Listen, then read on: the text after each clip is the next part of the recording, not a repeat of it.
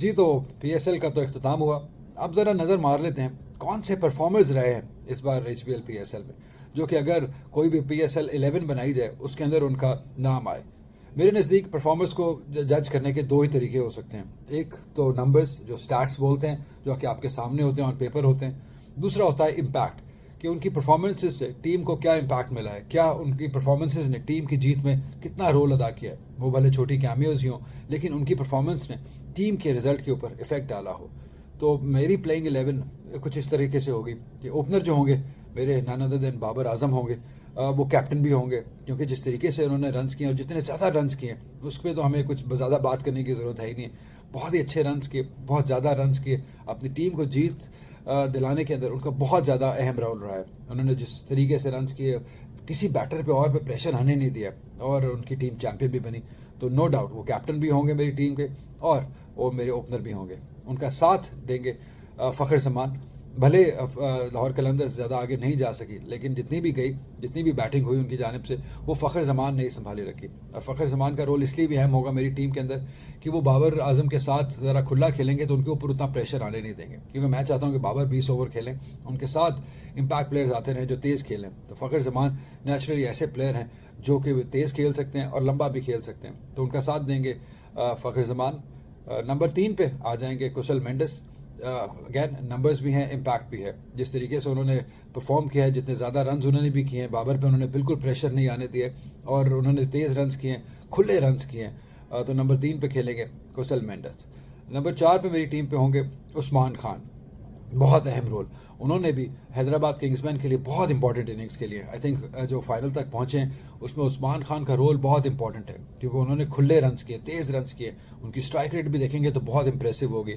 वो स्पिनर्स को भी उतना अच्छा खेलते हैं जितना वो फास्ट बॉलर्स को अच्छा खेलते हैं। तो डेफिनेटली नंबर 4 पे इस टीम में होंगे उस्मान खान। नंबर 5 पे जो प्लेयर आएंगे वो हैं कोयटा ग्लैडिएटर्स के हसन नवाज।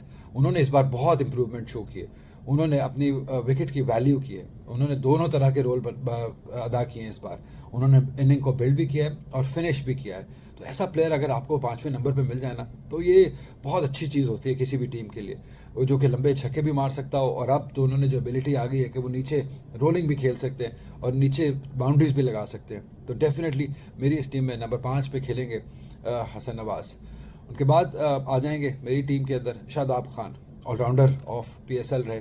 बहुत इंपैक्टफुल परफॉर्मेंसेज रही, बहुत शानदार परफॉर्मेंसेज रही, बॉलिंग से बहुत अच्छी फॉर्म में रहे, इंपैक्टफुल रन्स भी करते रहे। और एक ऑलराउंडर ऐसा तो मुझे चाहिए था जो कि स्पिनिंग ऑप्शन भी हो, और वो मेरी टीम में खेलेंगे शादाब खान भी डेफिनेटली, जिस तरीके से उनकी इस बार परफॉर्मेंस रही है। तो ये हो गए मेरे नंबर 6 तक। उसके बाद आ जाएंगे एरन हार्डी, पेशावर ज़ल्मी के। अगैन उन्होंने भी बहुत इंपॉर्टेंट रोल अदा किया है इस बार टीम की जीत के अंदर। वो जिस तरीके से खेले हैं, जिस तरीके से उन्होंने ऑलराउंड परफॉर्मेंस दी है, अच्छी बॉलिंग की है, अच्छी लेंथ पे बॉल की है। देखिए, मैंने पहले भी कहा था कि ये शायद हम एक और स्टार वर्ल्ड क्रिकेट को देने लगे, एरन हार्डी। बहुत सारे ऐसे प्लेयर्स पीएसएल में बन के गए हैं, इस बार जो बारी है वो एरन हार्डी की है। और आप देखेंगे आने वाले वक्तों में कि वो बहुत ज़्यादा और इंटरनेशनल लीग्स खेलेंगे, इंटरनेशनल क्रिकेट भी खेलेंगे। तो नो डाउट कि उनके अंदर बहुत ज़्यादा पोटेंशियल है एक बड़ा प्लेयर बनने की, और वो बिल्कुल वो बन सकते हैं।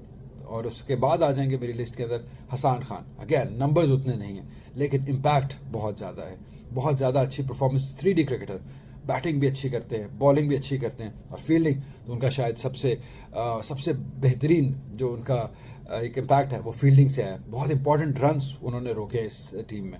तो डेफिनेटली नंबर 7 पे वो खेलेंगे। नंबर 8 पे मेरी टीम में खेलेंगे सुफियान मुकीम, क्योंकि अगैन नंबर्स भी है, इम्पैक्ट भी है, दरमियान में जिस तरीके से उन्होंने आके बॉलिंग की है, लाजवाब, बहुत ही शानदार। और अगर पेशावर ज़ल्मी भले जितने मर्जी रन्स कर लें, लेकिन अगर फाइनल जीते हैं ना, तो वो सुफियान मुकीम का बहुत बड़ा रोल है, क्योंकि उन्होंने आके जिस तरीके से मिडल में बॉलिंग की है ना, रन्स दिए हैं, इकॉनमी बहुत टाइट है, और उनके साथ इम्पैक्ट भी है, विकेट्स भी उन्होंने हासिल किए हैं, बहुत शानदार उनके लिए ये सीज़न रहा। प्लेयर ऑफ द टूर्नामेंट भी वही करार पाए। उनके पास कैप भी उनके पास गई, फजल महमूद। तो डेफिनेटली उनको तो होना बनता ही था। उसके बाद नंबर 9 पे आ जाएंगे, इनफैक्ट नंबर 10 पे आ जाएंगे एज अ फास्ट बॉलर्स। अब मुझे 2 चाहिए, तो उसके अंदर सबसे पहले तो आ जाएंगे हुनैन शाह। अमेजिंग प्लेयर भी होंगे और फास्ट बॉलर भी होंगे। उन्होंने बहुत ज़्यादा अपनी एबिलिटी दिखाई है भाई। उन्होंने जिस कंट्रोल से बॉलिंग की है, बहुत शानदार, बहुत अच्छा लगा देखे कितनी इंप्रूवमेंट उनके अंदर आई है। जिस तरीके से उन्होंने यॉर्कर्स डाले हैं भाई, बहुत कमाल। एक मैच तो सिंगल हेडेड ही उन्होंने जिताया, 6 रन्स डिफेंड करके अपने आखिरी ओवर के अंदर, तो उनका इस टीम में होना तो बिल्कुल बनता ही है। इसलिए ये वो मेरे नंबर 10 पे होंगे। और नंबर 11 पे होंगे नाहिद राना। बहुत थोड़ी कन्फ्यूजन थी मुझे कि नाहिद राना हो या पीटर सिडल हो, मुझे चौथा ओवरसीज़ भी खिलाना था, तो वो मुझे, लेकिन मैं नाहिद राना के साथ ही जाऊँगा क्योंकि जो इम्पैक्ट उन्होंने डाला है, नंबर्स उतने ज़्यादा नहीं हैं लेकिन इम्पैक्ट बहुत ज़्यादा है उनकी परफॉर्मेंस का।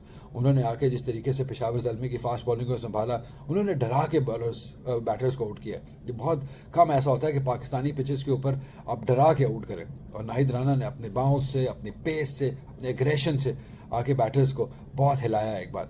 तो नंबर 11 पे वो होंगे। तो ये मेरी प्लेइंग 11 होगी जिस तरीके से जो मैंने फाइनल की है, जिसमें बाबर आजम और फ़खर जमान ओपनर होंगे, उनके बाद आ जाएंगे कुशल मेंडिस, उसके बाद आ जाएंगे उस्मान खान, देन हसन नवाज़ आएंगे, देन शादाब खान आएंगे, एरन हार्डी आएंगे, फिर सुफियान मुकीम आएंगे, उसके बाद फिर आपके हुसैन शाह आ जाएंगे। तो इस तरीके से नाहिद राना आ जाएंगे, एंड देन आपके फास्ट बॉलर्स भी पूरे हो जाएंगे। 12th मैन शाहिद आफरीदी को मैं रखूँगा क्योंकि उनकी भी परफॉर्मेंस बहुत अच्छी रही। तो मतलब टीम उनकी नहीं जा सकी लेकिन परफॉर्मेंस उनकी भी बहुत अच्छी रही। फिर एक और जो अगर मैंने ओवरसीज़ 12th मैन रखना हो तो वो मार्क चैपमैन होंगे, कि वो जिस तरीके से उन्होंने भी परफॉर्मेंस बहुत अच्छी दी है, बट अनफॉर्चुनेटली वो टीम ऑफ में नहीं घुस सकेंगे। तो ये मेरी ओवरसीज अगर टोटल आप बात करें तो प्लेइंग 11 बनती है। आई होप आपकी भी इससे मिलती जुलती होगी। तो लेट्स सी, अगर आपको ये मेरी प्लेइंग 11 और इन फैक्ट 12 और 13 नंबर्स के प्लेयर्स पसंद आए हो तो ज़रूर कमेंट कीजिएगा।